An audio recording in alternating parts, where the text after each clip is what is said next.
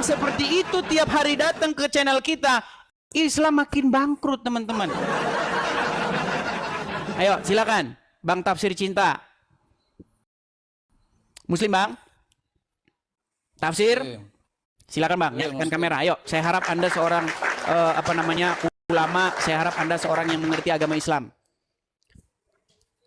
Oke, Abang Muslim, Bang? Ya. Oke, Abang pernah dengar riwayat itu? Bagaimana Umar bin Khattab membawa-bawa lembaran Taurat dan Muhammad marah kepada dia? Pernah dengar riwayat itu enggak? Benar. Jadi jangan dibilang saya bohong-bohong. Memang riwayat itu ada. Nah, sekarang begini, Bang. Bukankah Al-Quran memerintahkan untuk beriman kepada kitab-kitab sebelumnya? Ya. Kenapa ketika Umar bin Khattab membawa kitab-kitab sebelumnya Muhammad marah? Kenapa? Takut ketahuan, Bang, kalau Muhammad gak ada di situ gitu ya. Ayo. Ya. Kenapa menurut Bang Edis, kenapa? Ya karena Muhammad takut ketahuan bahwa namanya nggak ada di situ. Jadi? Iya, makanya sebenarnya kalian udah kena prank, Bang. Kalian sudah kena prank bahwa nama Muhammad tidak pernah ada dalam Taurat dan Injil. Enggak, abang tahu kayak gitu dari mana? Oke, sekarang kalau kita buka Taurat, kita buka Injil, tidak pernah ada tertulis di situ nama Muhammad. Bahkan Umar bin Khattab yang membawa Taurat ketahuan oleh Muhammad, dia malah dimarahin. Masalah. Berarti itu bukti-bukti nyata, sekumpulan, serangkaian bukti-bukti itu mengindikasikan bahwa memang Muhammad tidak pernah namanya tertulis dalam Taurat dan Injil. Makanya kalau kalian percaya begitu, kalian udah kena prank. Alasan Nabi Muhammad marah karena nggak ada namanya di Taurat itu dari mana? Oke, sekarang apa penyebab dia marah? Ya. Iya, Abang Edis nih, apa penyebab dia marah? Penyebab dia marah katanya Umar bin Khattab itu, apakah kamu ragu-ragu terhadapku, wahai Umar bin Khattab? Ya kan? Nah, itu sebenarnya bukan seperti itu. Kalau Muhammad memang betul-betul ingin membuktikan, harusnya dia jangan marahin Umar bin Khattab. Harusnya ini loh. Oh, Umar bin Khattab, karena kamu membawa lembaran Taurat dan Injil, maka bawa sini tuh. Saya tunjukkan bahwa nama saya ada di situ. Ternyata memang nggak ada. Gimana ini? Nggak Bang Edis tahu dia Nabi Muhammad marah tuh di mana ininya?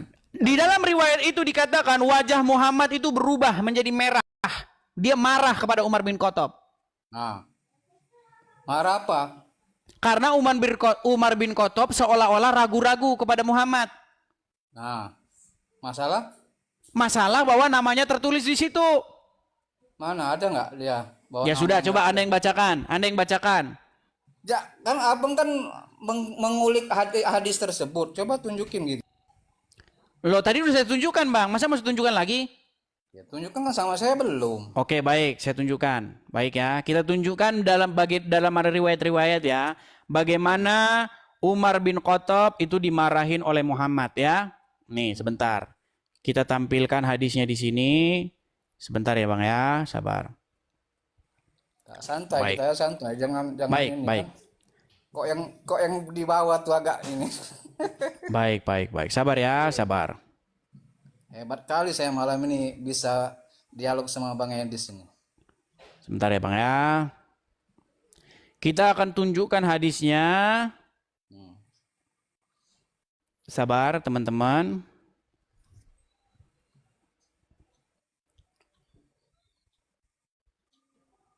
Turun.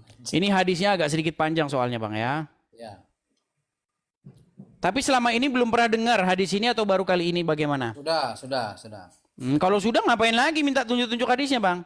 Enggak, kan dalam hadis itu Bang Edis ada asbabul wurudnya. Asbabul wurudnya. Nah, gimana itu menurut Abang? Kalau saya belum terbaca asbabul wurudnya. Baik. Ini kan panjang ini, Bang, riwayatnya. Atau kalau Ustadz saja yang ngomong Anda percaya? Hah?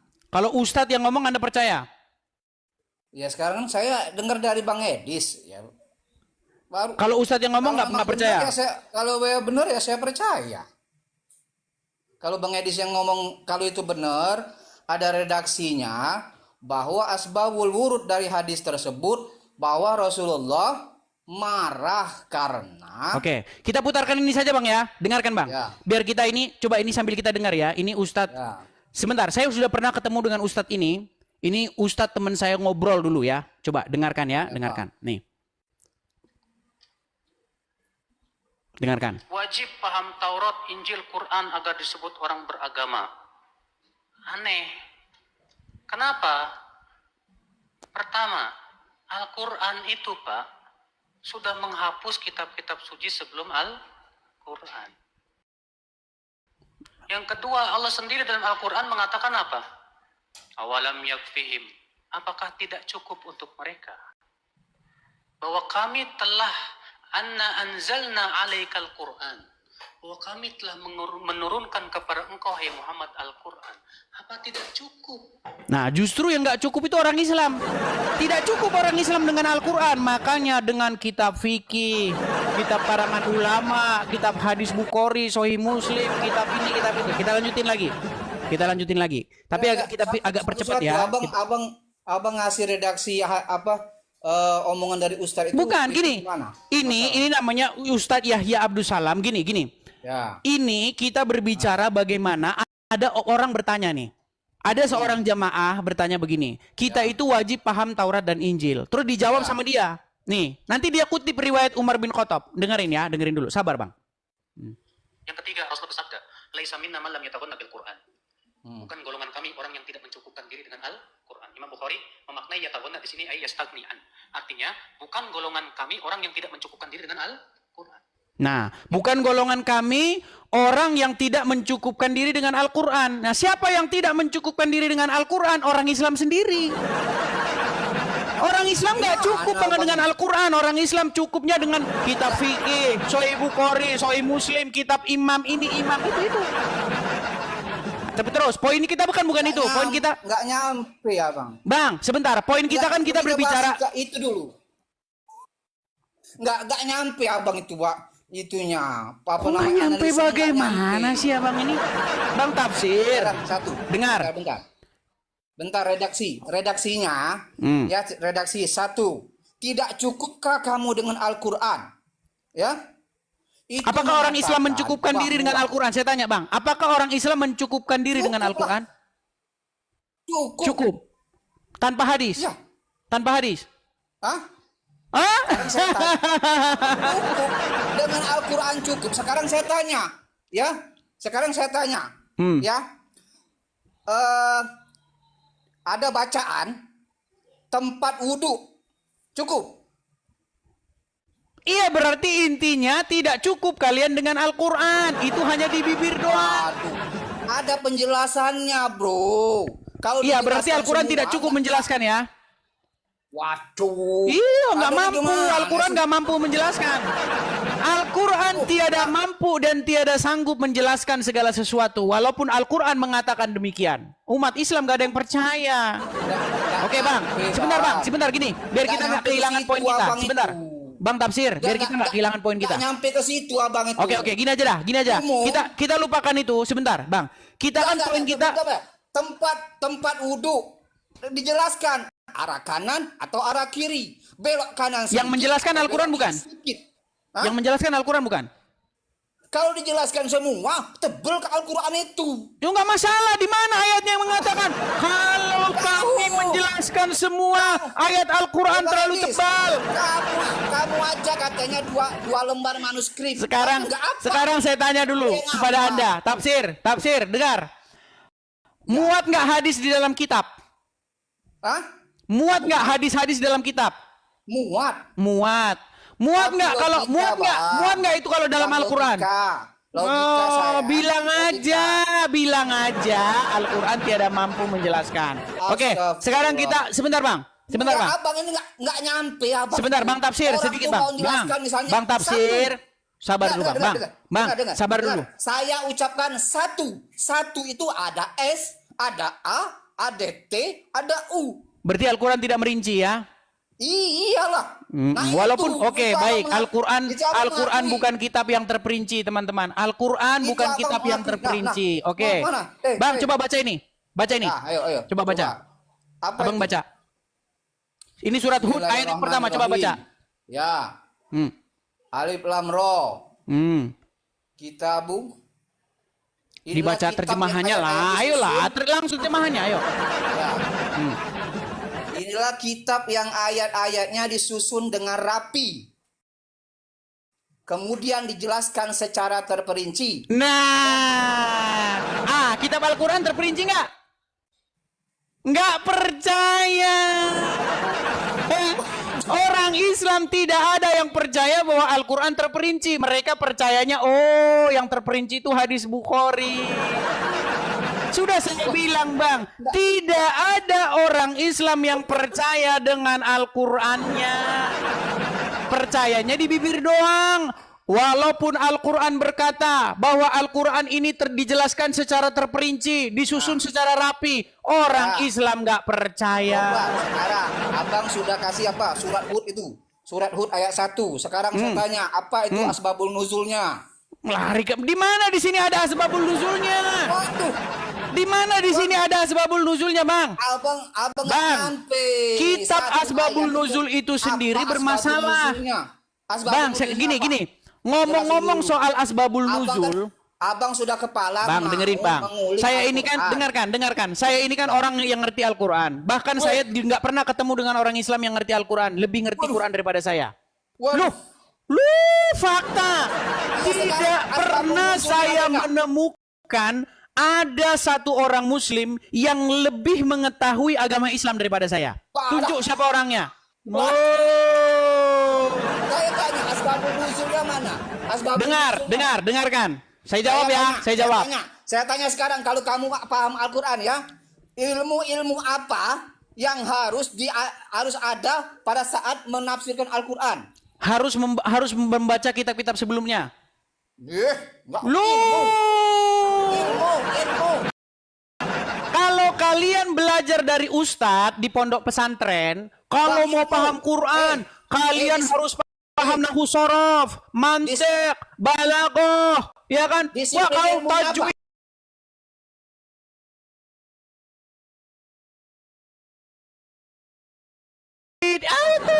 Ayo disiplin ilmunya apa? Disiplin ilmunya.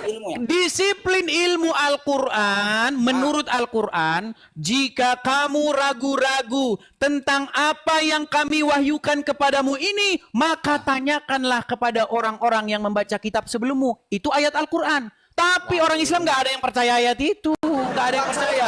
Kalau kamu mau paham Al-Quran, jika kamu ragu-ragu dengan Al-Quran, maka pelajarilah ilmu nahwu shorof, mantiq, balaghah, 14 cabang ilmu kanuragan dan 20 ilmu cabang kadikjayaan. Hod. Itu yang kalian pelajari. Itu bohong. Loh, dengarkan. Apa yang tertulis di dalam Al-Quran dengan apa yang diomongin ustadz-ustadz beda. Saya nanya sekarang, kepala abang ngomong paling paham dengan Al-Quran. Sekarang saya tanya, disiplin ilmu apa saja? Menurut ustadz-ustadz, ini Anda kan tanya nih. Anda kan tanya. Saya nggak Disiplin percaya, ilmu Ustaz. apa Saya paham saja? ilmu. Harus paham nahwu shorof, mantiq, balaghah, dan seterusnya. 14 atau 15 ilmu. Tapi itu karangannya para ulama. Biar apa? Biar kitab nahwu shorof mereka laku. Biar banyak orang belajar nahwu shorof, biar mereka punya kerjaan. Dengarkan. Yang tertulis dalam Al-Quran, zalikal kitabu la raiba fihi hudal lil muttaqin. Betul nggak? Ya, betul. Kitab ini tidak ada keraguan padanya. Betul. Petunjuk bagi orang-orang yang bertakwa. Betul. Betul. Nah, sekarang saya tanya.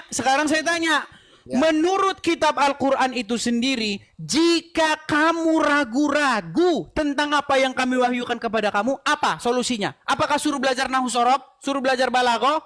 Kagak ada. Kalau kamu ragu-ragu, tanya sama orang yang membaca kitab sebelummu.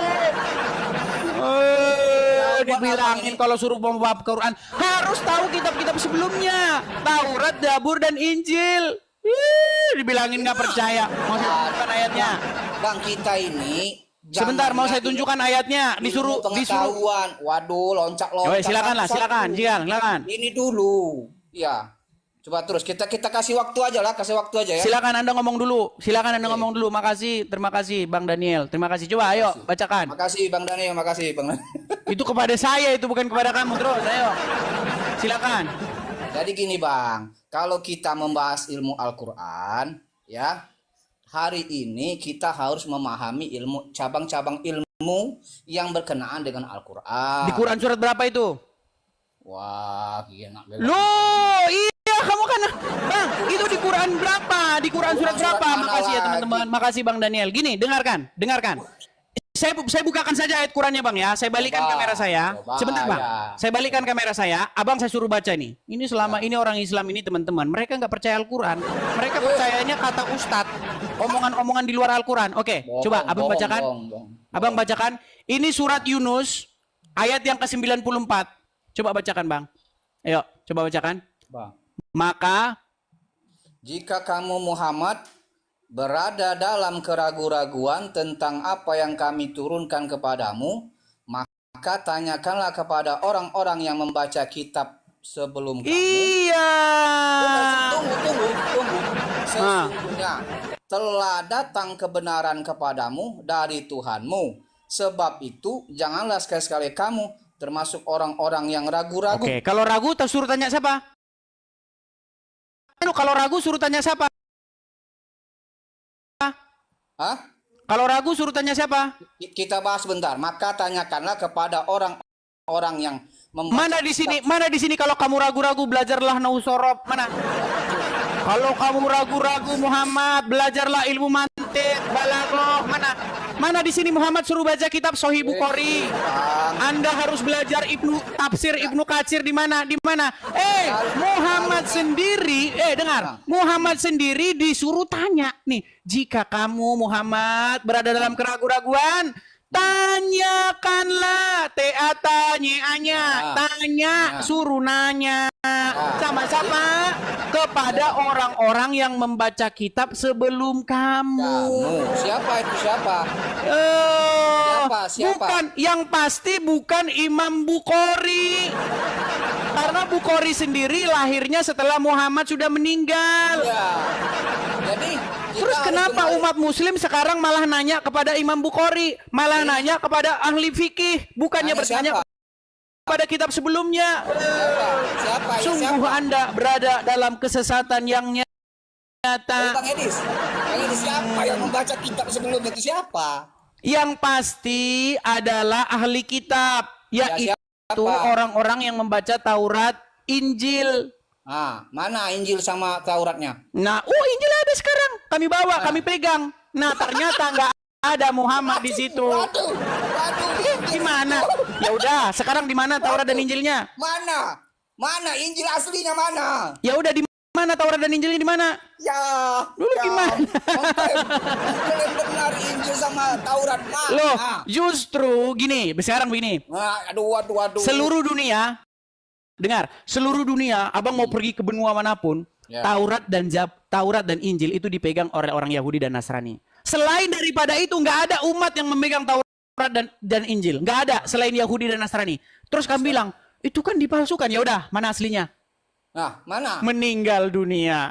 Ya mana aslinya? Lo justru kalian tidak mampu menunjukkan mana aslinya. Bagaimana mau nunjukin Oke, kembali ke tema sebelumnya tadi Bang. Kita udah lari kemana-mana. Loncat Oke, sebentar Bang. Kita kan udah lari kemana-mana nih. Kembali ke hadis Umar bin Khattab tadi Bang ya. Kita selesaikan lagi Bang. Oke, sabar Bang. Walaupun kita diskusi begini, tapi kita tetap saudara sebangsa dan setanah air ya. Baik, kita lanjutkan Bang ya. Terus terang saya ya. 9 tahun sekolahnya di Kristen. 9 tahun. Nah, Kristen baik kan Bang? Hah? Baik-baik kan Kristen? Baik. Iya. Kata Muhammad jahat gimana? Mana atuh? Loh, di dalam hadis disebutkan janganlah kamu berteman, Bang. Loncat mana hadis? Bang, sebentar ini. Oke, kita lanjut nih. Bang, di dalam hadis ada sebuah larangan. Kalian nggak boleh berteman dengan orang Yahudi dan Nasrani. Abang kaget kan? Konteksnya apa dulu? Tuh, Bang konteksnya lagi. Kalau berkenaan dengan keimanan, jangan. Nggak ada, Bang. Di dalam hadis, janganlah kamu berteman dengan orang Yahudi maupun orang Nasrani, orang-orang kafir. Bahkan, janganlah makananmu dimakan kecuali orang-orang Muslim. Mana hadis? Mana hadis? Anda tidak percaya terhadap saya, saudara-saudara. Waduh, Bang, nggak sungguh boleh. Anda nekat yang nyata kalau seperti Nggak ini ya, boleh saudara-saudara kayak ya. gitu. Oh, Anda ini nekat yang nyata. Sebentar ya, nih. Saya boleh tunjukkan kayak kepada gitu. Anda. Saya tunjukkan kepada Anda ya, nih. Nih ya. Sebentar. Sabar ya, Bang ya. Sabar, Bang. Sabar, Bang. Ada hadisnya, Bang. Nggak boleh Anda itu makanan Anda itu dimakan oleh orang non Muslim, nggak boleh. Makanya Bang, jadi orang Muslim Anda itu Bang ribet, Bang, saya bilang. Nih, saya tampilkan. Dia masih mengatakan saya fitnah, Bang. Kalau saya fitnah, Bang, nggak usah repot-repot laporin saya polisi, Bang. Saya lompat dari Monas, Bang, kalau saya fitnah. Oh, dibilangnya saya fitnah katanya, saudara-saudara. Bukan fitnah, pemahamannya aja. Oke, nih, Bang. Abang bisa baca, coba ayo, baca ini. Hadis siapa ini? Hadis siapa? Nih, ini hadisnya. Ini Arabnya. Ya kan? Langsung intinya. Nih. Abu Sa'ad dari Abang aja baca, silakan. Abu Sa'id Al-Khudri radhiyallahu anhu dari Nabi sallallahu alaihi wasallam, beliau bersabda, "Jangan engkau berteman kecuali dengan orang beriman dan jangan memakan makananmu selain orang yang bertakwa." Iya, nggak boleh Bang, Bas. makananmu itu nggak Di boleh bawah, untuk bahas orang di bawah. non Muslim. Bang, jangan redaksional, bahas di bawahnya apa? Oke, silakan nih, baca lagi. Seorang Muslim wajib menyertai orang baik di semua keadaan. Betul. Orang baik, nggak ada orang yang beragama. Iya, tadi Muslim, Anda kan? bilang Kristen baik. Bang, barusan nggak tadi Abang bilang orang Kristen baik? Abang bilang barusan gitu nggak? 9 tahun saya sekolah di Kristen, betul nggak? Ayo. Bukan orang Kristen baik. Semua manusia Sekarang itu tuh, baik. kan sekarang dia nggak mau nih. Gara-gara udah kena masuk racun hadisnya itu, Aduh, masuk ke kepala dia. Tidak ada orang Kristen yang baik, sekarang berubah kan? Itulah Bang, betapa kuatnya dogma agama mempengaruhi seorang manusia. Nah, Bang, di depan Bang, dengar Bang, di depan matamu sendiri, selama 9 tahun Anda melihat bagaimana orang-orang Kristen, sahabat-sahabatmu orang-orang baik. Tapi ketika hadis saya tunjukkan di hadapanmu, orang Kristen nggak baik. Berat, saudara-saudara. Siapa yang ngomong orang Kristen nggak baik?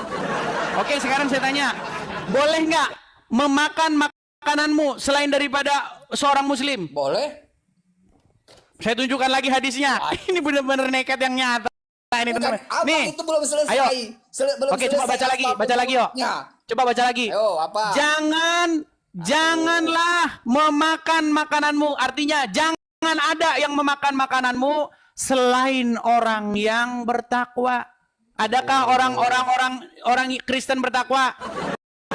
Adakah orang Yahudi bertakwa? Abang ini, Bang Edi, berat, abang ini saudara-saudara. abang ini membohongi diri sendiri. Bang, makanya kalau saya kita- bilang Bang, kalau anda Muslim, Anda nggak boleh bagi-bagi makanan kepada orang non Muslim. Karena jangan memakan makananmu selain daripada orang yang bertakwa. Makanya saya bilang Bang, mustahil Anda jadi orang Islam di detik yang sama Anda mau jadi orang baik. Loh, sekarang kalau Anda Bang Anda percaya nggak hadis ini? Sekarang saya tanya, percaya hadis ini nggak? Percaya. Oke, boleh nggak di sini memakan makananmu selain daripada orang yang bertakwa? Aduh, kamu kan nggak ngerti, Dis. Cie. Penjelasan Hadisnya di bawahnya apa? Penjelasan di palsu, bawahnya apa? palsu.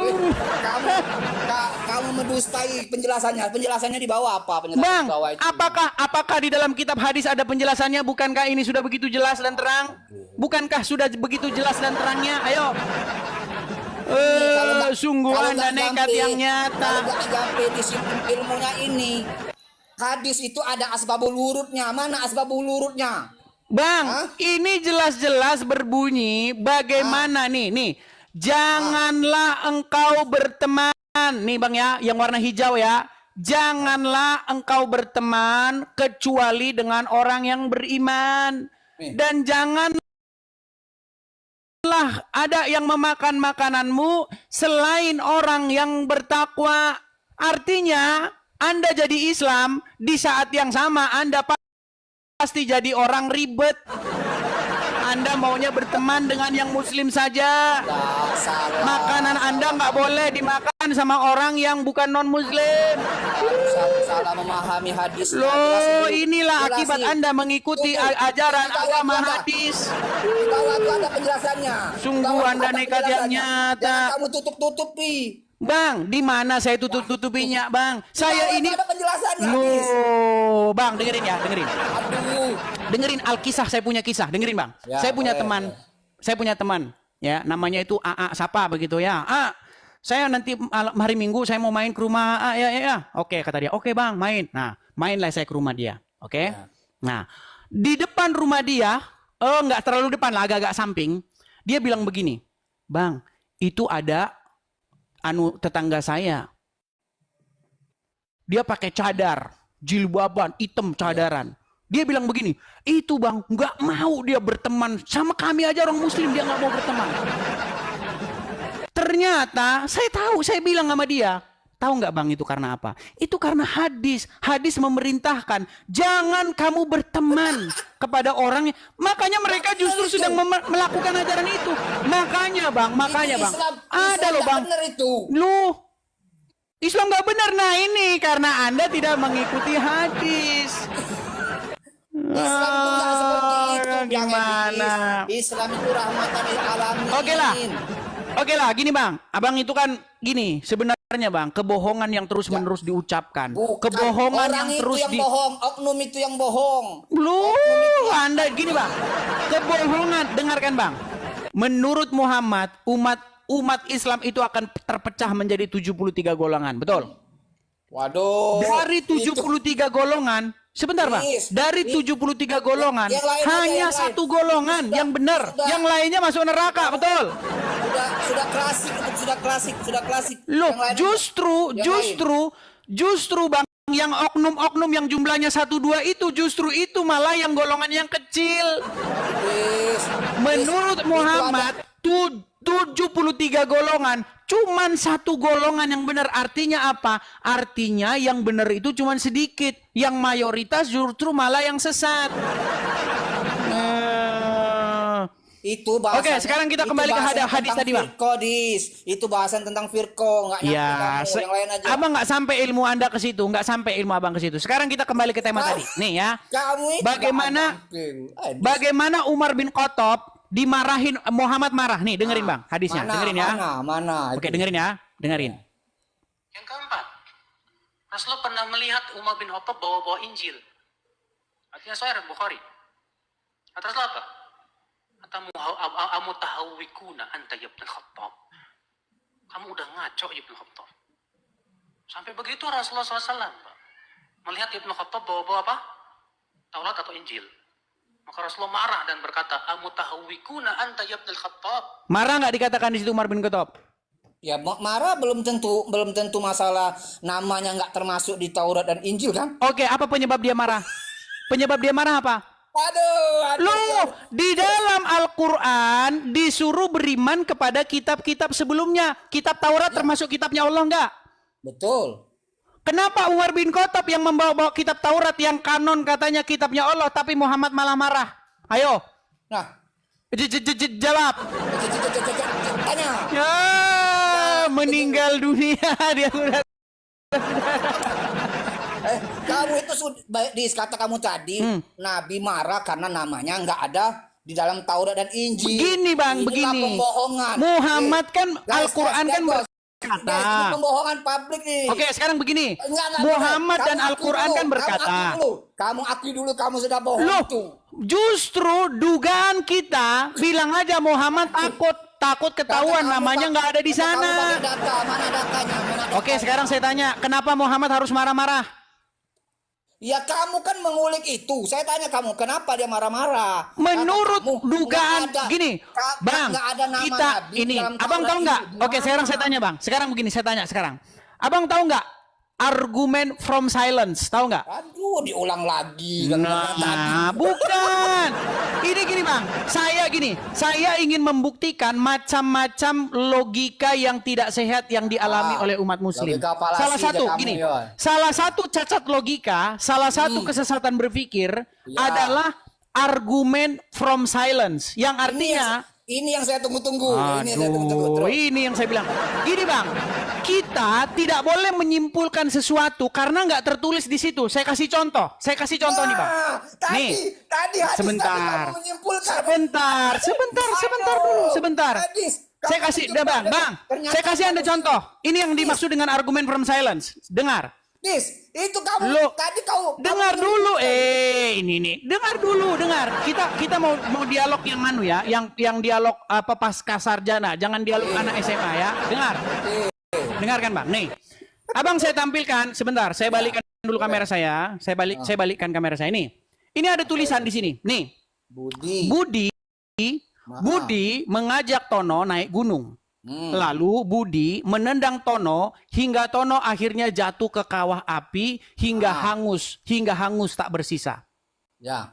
Mana di sini tulisan bahwa Budi membunuh Tono? Hah? Mana di sini dikatakan Budi membunuh Tono? Budi membunuh Tono. Mana tulisannya di sini? Tertulis nggak di sini bahwa Budi membunuh Tono? Mana tulisannya? Mana? Nggak ada. Nggak ada. Tapi dari serangkaian peristiwa-peristiwa ini, kesimpulannya Budi membunuh Tono nggak? Belum tentu. Oke, saya bacakan satu kali lagi. Budi, Belum dengar. tentu. Iya, Karena- makanya dengarkan dulu. Dengar. Budi mengajak Tono naik gunung. Sudah.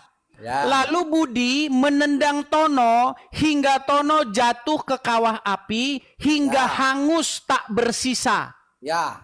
Berarti mati nggak Tono di sini? Belum tentu. Hangus tak bersisa, masih hidup. Nggak ada.